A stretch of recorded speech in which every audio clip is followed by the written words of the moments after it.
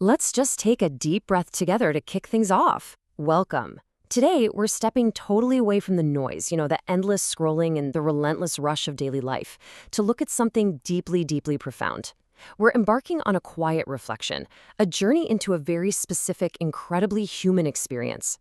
In a world that's just constantly demanding our attention, we're going to intentionally slow things down.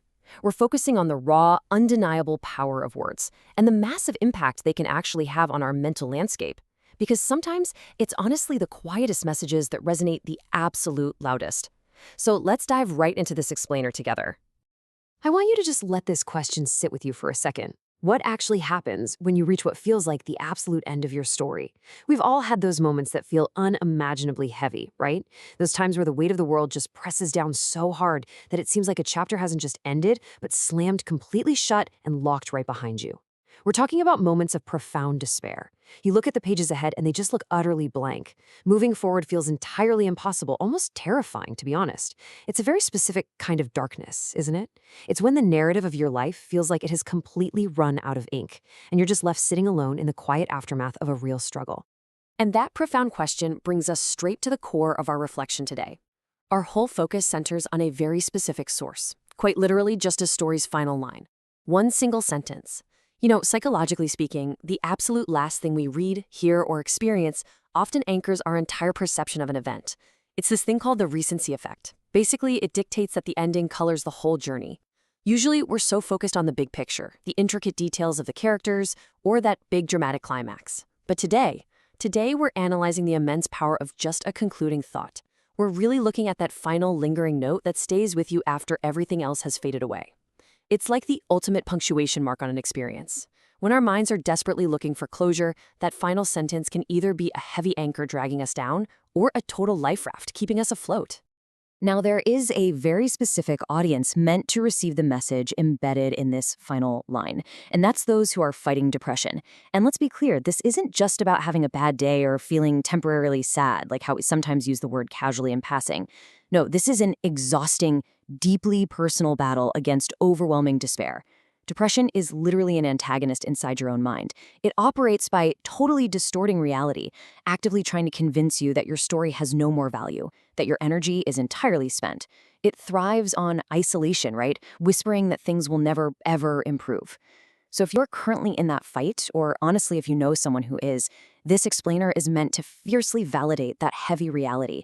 It takes immense, unquantifiable strength just to keep reading your own story when every single fiber of your being feels like giving up. And just acknowledging the sheer weight of that battle, well, that is the absolutely crucial first step toward dismantling its power over you. So let's look at exactly how this emotional shift happens. On one hand, we have the end. That represents finality, the definitive stop. In the context of our mental health, this is actually a perfect example of what psychologists call black and white thinking. It's a super common cognitive distortion where we just see things in absolute extremes. When depression really takes hold, it presents every single setback as an absolute, impenetrable wall. But then, the narrative abruptly flips the script to a new beginning, starting over. It brilliantly illustrates how just a single shift in perspective can transform that solid wall right into an open door.